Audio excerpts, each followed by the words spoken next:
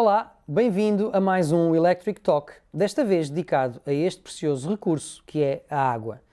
A água é um elemento base da vida e o nosso corpo usa em todas as suas células, órgãos e tecidos. Além disso, utilizamos também este recurso em todos os planos da nossa atividade, com particular destaque para a agricultura e a indústria. Olhando para uma representação do nosso planeta, poderá ser difícil preocupar-nos com a escassez de água, já que esta cobre 70% da sua superfície. Todavia, apenas podemos contar para o nosso consumo com 0,3% de toda a água do mundo. A restante é salgada, está em estado sólido nos polos, ou retida em aquíferos subterrâneos, ou circula em estado gasoso na atmosfera. Chamamos desastres naturais à desertificação e às cheias, mas em muitos casos foi a atividade humana que, ao longo de várias décadas, prejudicou o ciclo hidrológico, tornando o solo incapaz de reter a água das chuvas. Portugal enfrenta um risco de escassez muito significativo nas próximas 2 décadas e é urgente tomar medidas para contrariar os impactos desta preocupante realidade. Para nos ajudar a compreender melhor a situação, temos connosco Filipa Saldanha, subdiretora do Programa de Desenvolvimento Sustentável da Fundação Calouste Gulbenkian. Olá Filipa, bem-vinda. Muito obrigada. Este ano promete ser já um teste significativo à resiliência de Portugal face à escassez de água, sobretudo devido à falta de precipitação. Apesar de terem sido difundidas algumas notícias sobre o assunto, acha que os portugueses estão realmente preocupados com o tema ou isso só acontecerá se faltar água na torneira? Antes de mais, muito obrigada pelo convite. Este é um tema que é de particular importância para a Fundação Calouste Gulbenkian e obviamente que também é um gosto enorme para mim poder discuti-lo contigo. Respondendo à questão, eu acredito que sim, acredito que os portugueses estão cada vez mais preocupados com a situação, até porque temos tido secas cada vez mais frequentes, mais severas e mais prolongadas nas últimas décadas, por isso a difusão de informação sobre este assunto também tem sido cada vez mais frequente. Agora, o grande desafio passa precisamente por passar da percepção à ação sem que tenha de faltar água na torneira. Num contexto em que 98% dos portugueses têm água de rede pública, em que a esmagadora maioria nunca viveu, não tem memória de uma escassez de água na sua região e também num contexto em que a água é o recurso que menos pesa no orçamento familiar, é particularmente desafiante tocar nos botões certos que induzam a esta mudança de comportamentos. Por isso, ao nível da problemática, acredito que esta é crescente, mas obviamente que ainda há trabalho a fazer. Não podemos falar só de água e da problemática da escassez de água em períodos de seca, e aqui acredito que a comunicação social possa ter um papel muito relevante se der uma cobertura editorial a este tema de forma mais consistente e mais continuada no tempo e não só em períodos de seca. Ao nível de passar da percepção à ação, penso que ajuda se nós distinguirmos a relação do consumidor, do cidadão comum com a água, de forma geral. Nós temos 2 grandes relações. Relacionamos-nos com a água enquanto utilizadores diretos de água nas nossas casas, muito relacionado com os nossos consumos domésticos, os banhos, as máquinas de lavar, etc. Aí já começa a haver alguma preocupação de racionalização do consumo através de medidas muito básicas, como fechar a torneira quando lavamos os dentes, tentar introduzir redutores de caudal nas nossas torneiras, etc. Coisas muito básicas que resultam essencialmente de fortes campanhas de educação ambiental para a água nos anos 80 e 90 que tiveram algum sucesso. Por outro lado, já começamos a ver que as etiquetas de eficiência energética de alguns eletrodomésticos hoje em dia também já incluem aqui alguma informação sobre o consumo de água. Por isso, nesta dimensão, eu acredito que as marcas possam ter um grande papel de informação e de mobilizar o consumidor. Por outro lado, o cidadão comum é também utilizador indireto de água e penso que aqui é onde há mais trabalho a fazer e onde posso introduzir também um bocadinho aqui o tema da pegada hídrica, ou seja, qual é que é a quantidade de água utilizada para produzir certos bens de consumo. E obviamente que as nossas escolhas alimentares podem ter um grande impacto e aqui o consumidor não tem grande informação. É importante, mais uma vez, introduzir uma narrativa de sustentabilidade nos produtos alimentares, onde obviamente não pode ser só a gestão da água ao critério, temos que falar de outros critérios como a saúde, a pegada de carbono, mas acredito que se as marcas, se os retalhistas começarem a incluir mais informação sobre esta matéria, isto pode efetivamente induzir a alteração de comportamentos por parte dos consumidores. O programa Gulbenkian Água tem concentrado a sua atenção principalmente no setor agroalimentar, o que em Portugal faz todo sentido, porque 75% do nosso consumo de água está ligado precisamente à agricultura. Podes dizer-nos como é que a Fundação tem atuado e qual o impacto que as suas ações têm tido? Muito bem, a Fundação Carlos Gulbenkian teve dois grandes pontos de partida para trabalhar esta problemática da água. O primeiro, que já referiste no início, é precisamente porque Portugal é considerado um país de elevado stress hídrico até 2040, ou seja, temos urgentemente de começar a antecipar cenários de escassez de água, ou seja, temos um risco elevado de ter de gerir pouca água face às necessidades reais do país. Face a esta problemática, quisemos perceber onde é que estaria a maior utilização e, como referiste, em Portugal a agricultura é responsável por 75% da utilização de água. Então quisemos perceber como é que seria utilizada este recurso no setor agrícola, se e como é que o recurso estaria a ser valorizado, quais é que seriam os constrangimentos e, obviamente, um estudo que nos pudesse apontar para caminhos de futuro. Antes de passar aos resultados ou à nossa ação, acho que aqui é importante também referir que a agricultura de regadio, porque é que Portugal utiliza 75% de água? Este é um número muito semelhante quando comparando, por exemplo, a França e a Grécia, porque temos um clima mediterrâneo e não podemos mudar isso. Ou seja, a nossa estação mais quente normalmente também é a estação mais seca. Por isso precisamos efetivamente de rega na nossa agricultura para nos mantermos competitivos. Ou seja, isto não significa que a agricultura tenha uma abordagem despesista relativamente à água, até pelo contrário.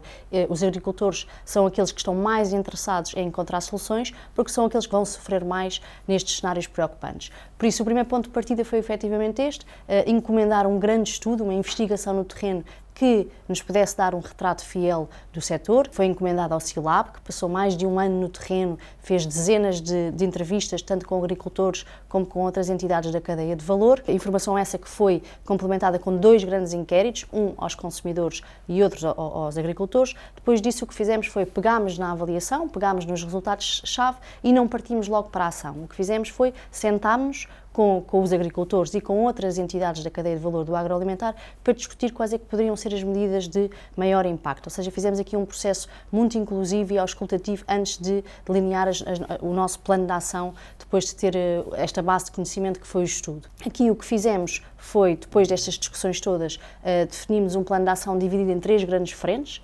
A primeira frente é tentar contribuir para acelerar a transformação do setor agroalimentar e como? Financiando iniciativas de demonstração de boas práticas de gestão de água de rega. Para a Fundação Carlos Gulbenkian, o grande desafio da eficiência passa precisamente pela adoção de novas tecnologias no planeamento e controle de rega, por isso foi exatamente isso que queríamos, é exatamente aí que nós vamos querer focar a nossa atuação.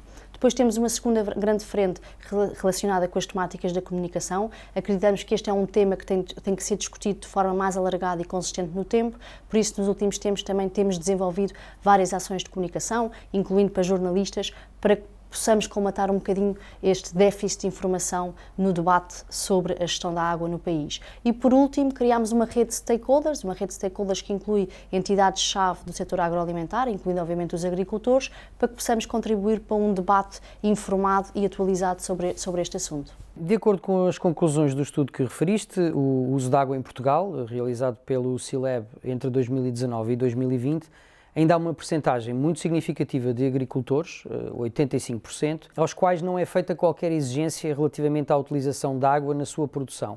Esta situação não devia ser alterada? Como é que podemos implementar aqui alguma espécie de controlo? Devia efetivamente ser alterada. Nós na Fundação Carlos Gulbenkian trabalhamos muito ao lado dos produtores da agricultura, mas obviamente que é preciso um trabalho mais alargado que abranja toda a cadeia de valor.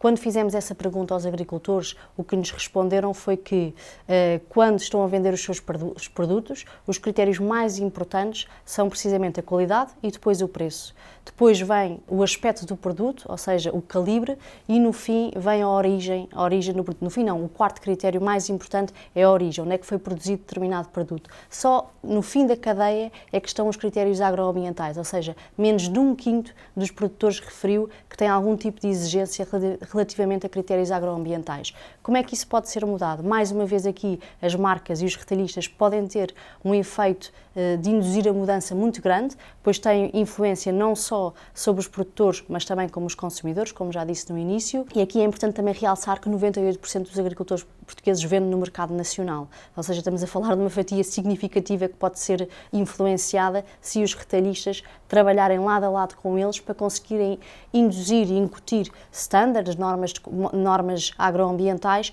quando fazem, obviamente, as suas compras a determinados produtores agrícolas nacionais. Por isso, acredito que essa mudança possa efetivamente ser feita através da introdução de normas ambientais, através de novos estándares, nunca numa ótica de obrigatoriedade, mas sim através de uma abordagem construtiva, envolvendo construtivamente e positivamente os agricultores para que possam chegar juntos a bom porto.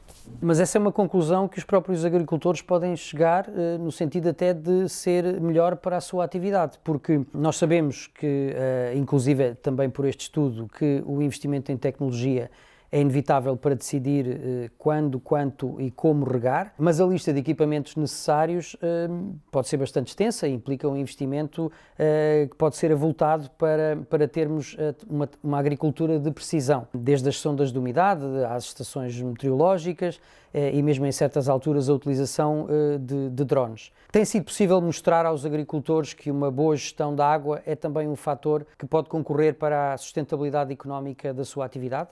Esse é precisamente o nosso grande foco de atuação da Fundação Carlos Gulbenkian.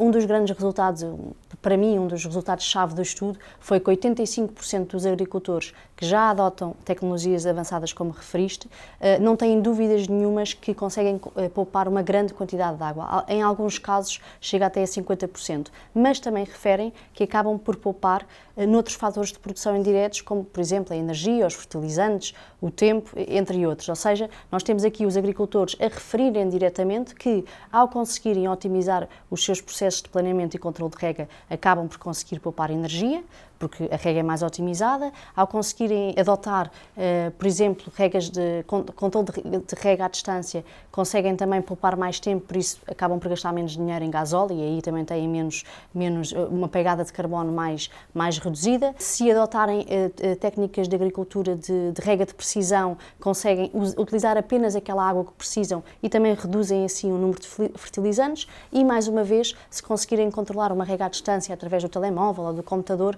conseguem ter mais tempo para outras funções e assim ser mais produtivos. Mas também não chega saber que estas tecnologias existem e que já são maduras do ponto de vista do utilizador e da integração no mercado. É preciso dar a conhecê-las, é preciso reconhecer quais é que são os benefícios e, mais importante do que isso, é preciso saber como é que nós conseguimos comunicar com o perfil do agricultor português. E outro dos grandes resultados do estudo foi precisamente que segmentou o agricultor português em 4 grandes grupos.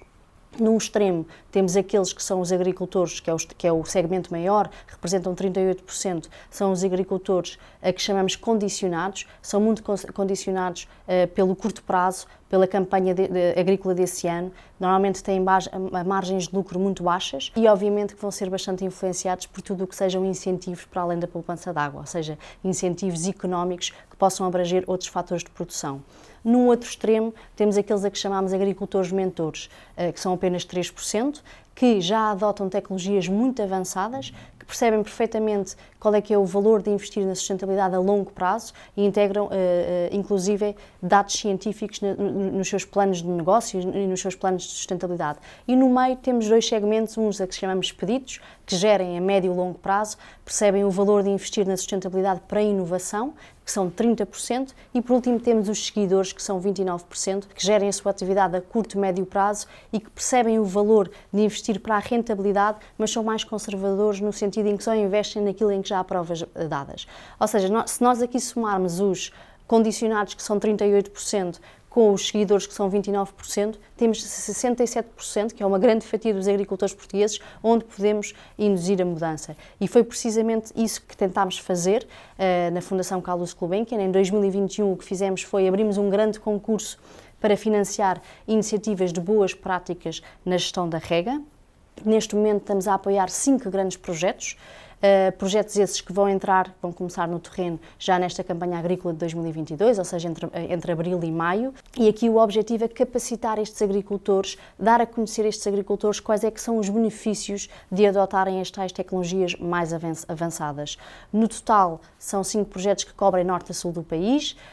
em 5 regiões distintas, que abrangem muitas culturas, desde o milho, o arroz, os cereais, a pera, a maçã, o tomate, a vinho, o olival, e vamos conseguir com isto capacitar mais de 800 agricultores no terreno e cerca de 7.000 agricultores através de meios digitais. Muito bem, então vamos aproveitar aqui de falar um bocadinho mais de tecnologia. Acabámos de falar da ajuda que a tecnologia pode dar para termos uma agricultura mais sustentável, mas e relativamente à escassez de água, existe, por exemplo, a possibilidade de nós aproveitarmos a água do mar através do processo de dessalinização. Isto é uma possibilidade real.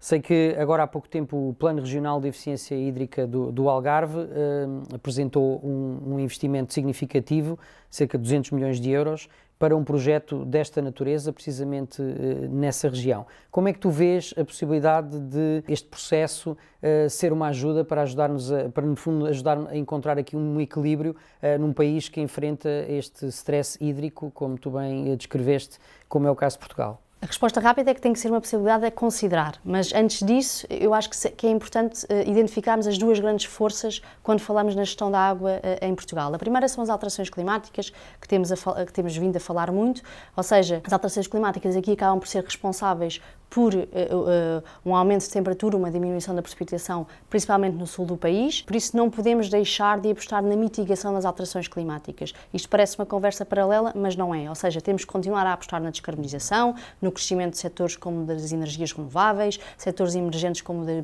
bioeconomia azul. Por isso é muito importante continuar a apostar neste crescimento verde. Do outro lado, temos um aumento da pressão pela procura de água, o que pode ser causado por um aumento de consumo, por utilização excessiva ou ineficiente da água, por desperdícios porque as infraestruturas já são mais velhas, entre outros. E é aqui que começa a narrativa da adaptação às alterações climáticas, que é onde Portugal tem falhado e tem trabalhado muito pouco. E é mesmo no âmbito desta adaptação às alterações climáticas em que temos que pôr todas as soluções em cima da mesa. Temos que promover um debate alargado em Portugal sobre a criticidade deste recurso, temos que falar de diversas tecnologias, como é o caso daquelas em que a Fundação tem trabalhado mais, um uso mais eficiente da rega, soluções como, por exemplo, a reutilização de águas cinzentas para fins não potáveis, uma política de infraestruturas de armazenamento em Portugal para a água e, obviamente, temos que também pôr em cima da mesa as questões das tecnologias de desalinização para perceber se é ou não viável para um país como Portugal. Sendo um país costeiro, é óbvio que não poderíamos deixar, pelo menos, de considerar.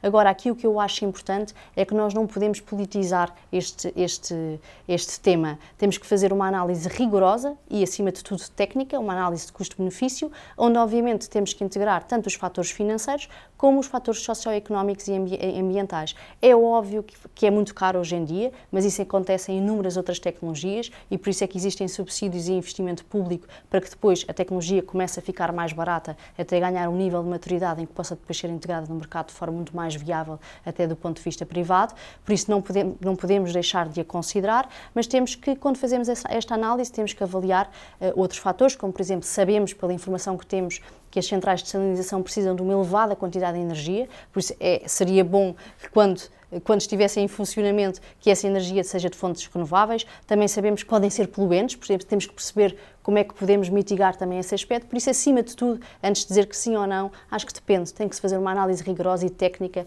mais do que política a este assunto. Indiretamente, a pecuária tem um peso muito significativo no uso da água. Cerca de 1/3 da utilização mundial de água é indiretamente utilizada na pecuária, não para o consumo dos animais, mas para produzir os vegetais para os seus alimentos. Será que nós, enquanto consumidores, ao reduzirmos o consumo de produtos de origem animal, como a carne e os laticínios, por exemplo, podemos ter um impacto positivo também para a poupança de água? Nós na Fundação Caldas Gulbenkian tentamos evitar soluções simplistas à sustentabilidade, porque a sustentabilidade é realmente um tema complexo. Normalmente chamamos a isto de heurísticas, que são shortcuts que nos levam a determinadas conclusões que muitas vezes podem ser contraproducentes. Há efetivamente estudos que indicam que o consumo de vegetais tem uma pegada hídrica muito menor, mas esses estudos o que fazem normalmente é avaliam só a pegada hídrica, não avaliam outros componentes muito importantes, como por exemplo as questões da saúde ou mesmo a pegada de carbono. E mais do que isso, avaliam uma média, ou seja, o que esses estudos normalmente fazem é, pressupõem que que vegetal A é produzido da mesma maneira por produtor A, B e C. Isto não acontece. Muitas vezes pode acontecer em que um vegetal A seja produzido de forma completamente catastrófica relativamente, por exemplo, à pegada de carbono e mesmo hídrica, e que podemos ter produtores de carne em que façam a coisa muito bem feita. Por isso aqui o que é preciso fazer é conhecer quais é que são os métodos de produção e para isso, mais uma vez, as marcas, mais uma vez os retalhistas, podem ser aqui ter um papel fundamental ao informar o consumidor de quais é que são os processos de produção de determinado produto alimentar, porque só assim é que nós conseguimos decidir de forma racional. Por isso aqui a resposta rápida é que eu evitaria heurísticas e tentaria avaliar caso a caso como é que cada produto é efetivamente produzido. E a questão da transparência na produção é um fator absolutamente decisivo, portanto, só com base nessa transparência, que também pode ser imposta pelos reguladores, não é? Será só assim é que os consumidores também podem tomar então as decisões que são melhores em termos de impacto ambiental e de sustentabilidade. Completamente, a questão da transparência e fazer uma análise de ciclo de vida a determinado produto, ou seja, para nós conseguirmos efetivamente perceber e termos mais informação para conseguirmos decidir de forma racional e não seguir modas, porque muitas vezes isso pode ser contraproducente e já aconteceu muitas vezes nesta área da sustentabilidade nós acharmos que determinado produto ou bem é mais sustentável e depois com mais estudos vimos a saber não, se fizermos uma análise de ciclo de vida, afinal não é mais sustentável.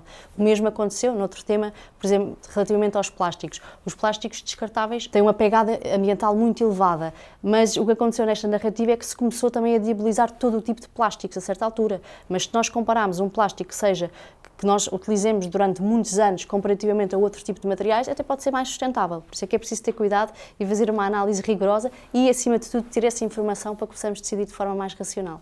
A questão da escassez de água não afeta as regiões do planeta da mesma forma e, na maior parte dos casos, são mesmo as regiões mais pobres as mais afetadas, apesar de ser nos países mais industrializados que se verifica um consumo individual de recursos muito maior. Como é que se pode combater esta injustiça? Esse é o grande tema das alterações climáticas, talvez o mais relevante, que é o tema da injustiça social. E efetivamente só vamos conseguir combater com mais financiamento, nomeadamente mais financiamento para a adaptação às alterações climáticas nos países do sul global, que são aqueles que sofrem mais e os que são mais vulneráveis com os impactos climáticos. Nós, na última Cimeira do Clima, na COP26, uma das secções do Acordo de Glasgow diz e apela aos países para duplicarem o financiamento para a adaptação às alterações climáticas, os países mais desenvolvidos, até 2025, e isto face a 2019. Ou seja, estamos a falar de mobilizar mais de 40 mil milhões de dólares até 2025 dos países mais ricos para os países mais pobres. Isto é óbvio que não vai ser suficiente, por isso, não sendo suficiente, temos aqui uma lacuna de financiamento muito grande. O que é que isto significa? Que o capital privado cada vez mais tende a assumir uma importância também do combate à crise climática. O capital privado esse vem das empresas, vem das fundações, etc. Poderá ser curioso falar um bocadinho do Prémio Gulbenkian para a Humanidade desta última edição, da segunda edição de 2021, que foi atribuído ao Global Covenant of Mayors for Climate and Energy, é a maior aliança climática das cidades a nível global, envolve mais de 11 mil cidades de todo o mundo, e nós o que vamos fazer este ano, o prémio vai ser utilizado a 100% para dois países na África subsaariana. Um é o Senegal, o outro é os Camarões. No caso do Senegal, para onde vai a maioria dos fundos, este é um prémio de 1 milhão de euros, 700 mil euros vão precisamente para as questões da água no Senegal.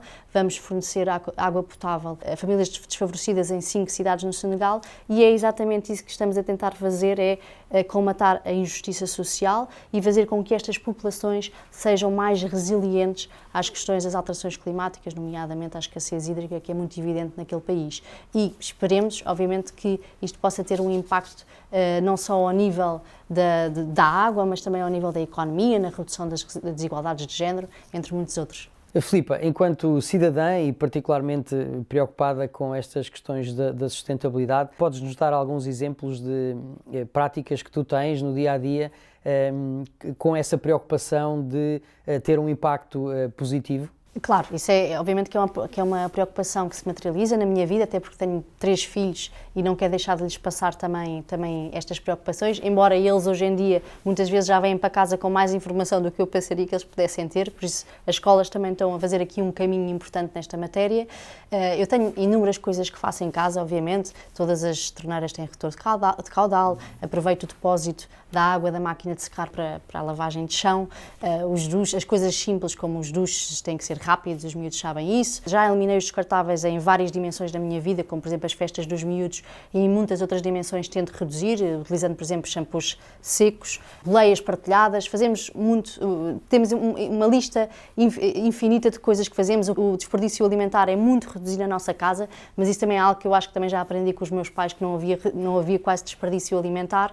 Mas eu acho que mais importante do que fazer uma lista exaustiva e onde eu penso que posso contribuir um bocadinho mais e é a forma mais fácil de nós conseguirmos mudar, é se olharmos para determinados princípios o princípio dos R's ajuda-nos muito, a questão de repensar o consumo, repensar, reduzir, reparar, reutilizar e obviamente reciclar, isso é básico. Se utilizarmos estes princípios e se os conseguirmos aplicar a determinadas dimensões e hábitos de consumo da nossa vida, acho que é mais fácil, ou seja, utilizamos esses princípios e aplicamos-los, por exemplo, às questões da mobilidade, às questões da energia, qual é que é a energia que estamos a consumir na nossa casa, à questão do vestuário e de outros produtos. Por exemplo, os meus filhos, a filha mais velha já está há 10 anos, já começa a querer umas coisinhas para imitar as amigas, mas durante muitos anos eu só comprei roupa em segunda mão para os meus filhos, ou então reutilizam entre primos e irmãos.